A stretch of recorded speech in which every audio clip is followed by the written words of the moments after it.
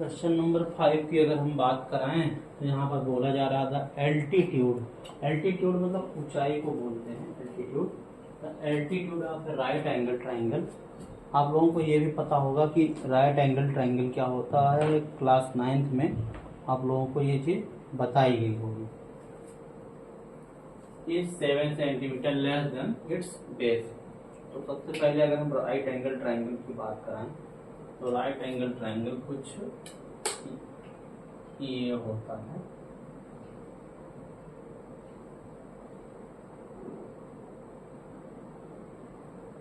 इसका एल्टीट्यूड कम है तो एल्टीट्यूड कम है, ये इसको जो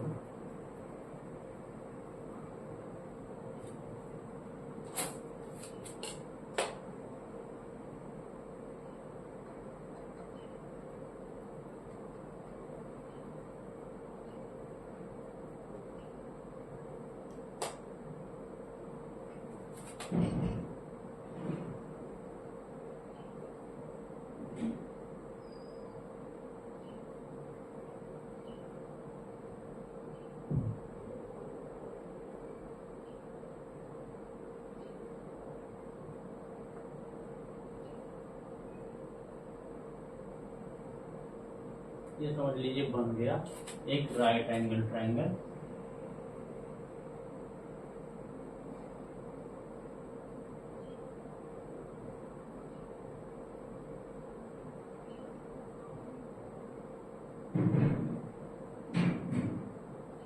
यहाँ पर 90 डिग्री का एंगल बनता है। ये ए हो गया, ये बी हो गया, ये सी हो गया और इसको क्या बोलते हैं, हाइपोटेन्यूज। हाइपोटेन्यूज बोलते हैं, मतलब शॉर्टकट में आप इसको एच भी बोल सकते हैं। ये क्या होता है, इसको बोला जाता है बेस। इसको क्या बोला जाता है, हाइट भी बोल सकते हैं या परपेंडिकुलर बोल सकते हैं या एल्टीट्यूड बोल सकते हैं, कुछ भी आप बोल सकते हैं अपनी सुविधा के अनुसार। The altitude of A right angle triangle is 7 centimetre less than it's base. अगर इसका बेस मान लिया जाए x सेंटीमीटर है तो इस क्वेश्चन के अकॉर्डिंग हम बात करें तो कितना हो जाएगा, ये x माइनस ये क्या हो जाएगा, x माइनस 7 हो जाएगा, क्योंकि ये बोल रहा है ना कि 7 सेंटीमीटर लेस देन है, 7 सेंटीमीटर कम है उसका एल्टीट्यूड, बेस से 7 सेंटीमीटर कम है। ये x है तो ये क्या हो गया, x माइनस 7 है। द इफ और एक कंडीशन और बोल रहा है, if the hypotenuse is 13 centimetre find the other two sides. तो देखिए जब भी इस टाइप का क्वेश्चन कभी मल्टीपल चॉइस में पूछा जाए तो उसके लिए जो है अलग रूल है। अगर इस तरीके से बड़े नंबर में क्वेश्चन पूछा जा रहा है तो उसके लिए अलग रूल है। अगर हम बात कराएं ट्रिपलेट्स के कुछ रूल होते हैं, कुछ ट्रिपलेट्स होते हैं। जैसे अगर एक साइड 3 है, एक साइड 4 है, 5, 3, 4, 5 का ये रूल चलता है। जैसे यहाँ 13 बोल दिया गया है ना, ये 13 सेंटीमीटर है ये वाली हाइपोटेन्यूज। तो 13 एक ही केस में ऐसे ही बनता है, 5, 12 और 13 इस तरीके से बनता है। और देखिए यहाँ 7 का अंतर भी हो रहा है, मतलब ये एल्टीट्यूड होगा और इन दोनों के बीच में कितने का अंतर होगा, 7 का। तो आप देखते ही इस क्वेश्चन को टिक कर देना। जब भी आपको इस टाइप का कोई क्वेश्चन मिलता है तो आप देखते ही इस क्वेश्चन को इसी तरीके से आप टिक करोगे। अगर हम और बात कराएं तो 3n, 4n और 5n का रूल होता है। n की वैल्यू जब आप 1 रखोगे तो 3, 4, 5 बनेगा। n की वैल्यू जब आप यहाँ पर 2 कर दोगे तो 6, 8, 10 बन जाएगा। जब n की वैल्यू आप 3 कर दोगे तो यहाँ पर क्या हो जाएगा, 9 हो जाएगा। ये क्या हो जाएगा, 12 हो जाएगा। ये क्या हो जाएगा, 15 हो जाएगा। मान लीजिए n की वैल्यू आपने यहाँ 3 रख दिया, जब 3 रखा तो 9 और फिर ये क्या, ये 12 और फिर ये क्या, 15। इस तरीके का आपका चलता है। तो 3n, 4n और 5n का रूल होता है। ऐसे और भी बहुत सारे होते हैं, 8, 15, 17 बहुत सारे हैं, 10, 24, 26 8, 15, 17, 10, 24, 26, इस तरीके से आपको बहुत सारे ट्रिपलेट्स मिलेंगे। तो आप अगर ये चीज आपको पता है तो आप देखते ही समझ जाओगे कि आना क्या है। लेकिन इस क्वेश्चन में हमको पूरा सॉल्व करके तभी निकालना होगा, ऐसे ही नहीं कर सकते। ऐसे करने पे नंबर नहीं मिलने वाले हैं, क्योंकि आपको लिखना पड़ेगा। लेट बेस ऑफ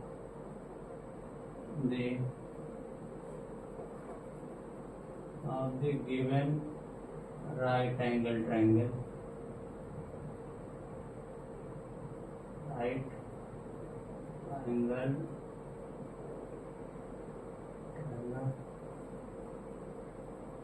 ट्रायंगल ऐसे बना दिया वी x सेंटीमीटर मान लिया। राइट एंगल ट्रायंगल, ठीक है। सो एल्टीट्यूड बिकम्स, एल्टीट्यूड फिर क्या हो जाएगा कि 7 सेंटीमीटर कम है बोल रहा है, becomes x minus 7 centimetre.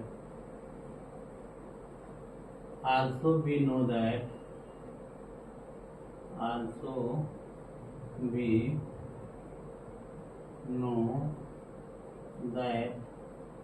Right angle triangle की एक और खास बात होती है, h square is equal to क्या होता है, p square plus b square, मतलब हाइपोटेन्यूज का whole square is equal to perpendicular का होल स्क्वायर प्लस का बेस का होल स्क्वायर।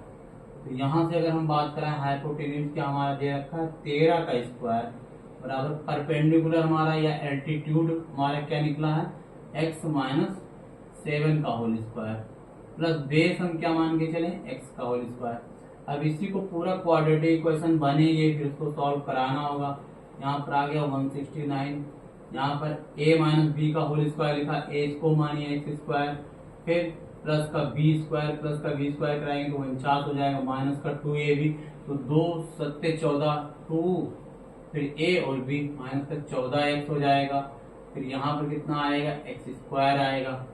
फिर यहाँ से अगर हम बात करें तो 169 है, ये x स्क्वायर मिलके कितना हो गया 2x स्क्वायर हो गया, और फिर प्लस का 49 तो ऐसा ही रहेगा, और फिर माइनस का 14x, सबको एक साथ लिख लीजिए, मतलब 169 इधर है, माइनस का 2x स्क्वायर इधर आया, और ये आएगा तो माइनस का 49 हो जाएगा, ये आएगा तो प्लस का 14x हो जाएगा, इज इक्वल टू क्या हो गया 0 हो गया। अब देखिए ये 169 है या 49 है, अगर 169 में से 49 घटाओगे तो कितना आ जाएगा 20 आ जाएगा, मतलब 120 आएगा। तो यहाँ से सॉल्व कराएं तो ये लिखा है माइनस 2x स्क्वायर, सबसे बड़ी वाली पावर पहले लिख लीजिए, प्लस का 14x, और फिर ये प्लस का 120 आएगा, इज इक्वल टू कितना 0।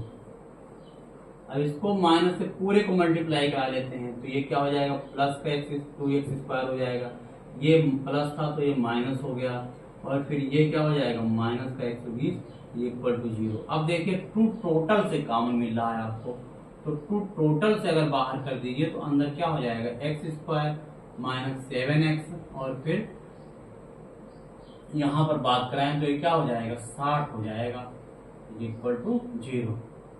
तो इस 2 का कोई मतलब नहीं, क्योंकि ये टोटल ब्रैकेट से बाहर है, तो 0 के साइड उस साइड चला गया, समझ लीजिए 0 में चला गया, बंद खत्म हो गया वो। अब ये केवल हमारे पास ये है, ठीक है, इसी को सॉल्व कराना है, मतलब 2 नंबर सोचने हैं कि जिनका मल्टीप्लिकेशन कितना हो 60 हो और जिनका एडिशन सब्सट्रैक्शन कितना हो 7 हो। तो फिर वही ये ट्रिपलेट सम को दिख रहा है, ट्रिपलेट सम को क्या दिख रहा है 5 12 13 का था, तो यहाँ पर 12 और 5 12 पंचे 60 भी हो रहा है, और फिर क्या करेंगे 5x माइनस 12x करा देंगे तो माइनस का 7x भी आ जाएगा। तो इसको देखिए ऐसे सॉल्व करा लीजिए, x स्क्वायर फिर प्लस का 5x माइनस का 12x करा दें तो देखिए मिडिल टर्म स्प्लिट हो रहा है, माइनस 7x इस 2 हिस्से में टूट गया है, माइनस का 60 बराबर 0, तो यहाँ से x अगर बाहर कर दें तो अंदर क्या हो गया x प्लस 5, और यहाँ पर माइनस का 12 अगर कॉमन ले लें तो x plus 5 is equal to 0। तो एक ब्रैकेट में क्या आता है x माइनस 12 और दूसरे ब्रैकेट में x प्लस 5 इक्वल टू 0। तो यहाँ से जब x की वैल्यू निकालोगे तो प्लस का 12 आएगा, यहाँ से वैल्यू निकालोगे तो माइनस का 5 आएगा। माइनस का 5 हम नेग्लेक्ट कर देंगे क्योंकि निगेटिव नहीं हो सकती साइड, हाँ नेग्लेक्ट कर देंगे निगेटिव। तो अगर नेग्लेक्ट कर दिया तो x की वैल्यू 12 आ गया, मतलब बेस जो हमारा आया वो क्या आ गया 12 सेंटीमीटर आ गया। तो हाइट क्या हो जाएगी 12 माइनस 7 5 हो जाएगी। Base is equal to 12 centimetre, तो height is equal to 12 minus कितना 7, 12 माइनस 7 कराओगे तो क्या हो जाएगा 5 सेंटीमीटर। तो देखिए ट्रिपलेट्स अगर आपको पता होता कि 12, 5 और 13 का क्या होता है ट्रिपलेट्स होता है, ये वाला ट्रिपलेट्स होता है, तो आप देखते हैं इस क्वेश्चन को टिक कर देंगे। हाँ तो इस टाइप के बहुत सारे ट्रिपलेट्स अगर याद रहते हैं तो ट्रिग्नोमेट्री में भी हेल्प करता है, यहाँ भी हेल्प करता है, कोऑर्डिनेट ज्योमेट्री जब सॉल्व कराया जाएगा तो वहां भी हेल्प करेगा। तो इस टाइप के ट्रिपलेट्स आपको याद होने चाहिए कुछ, क्योंकि जब आपको पता चल जाता है कि हमारा आंसर आना क्या है तो कॉन्फिडेंस बढ़ जाता है। अगर ये नहीं पता रहता कि हमारा क्वेश्चन आना क्या है तो थोड़ा सा कॉन्फिडेंस डाउन रहता है। बाकी आपको क्वाड्रेटिक क्वेश्चन सॉल्व करना आ ही गया होगा।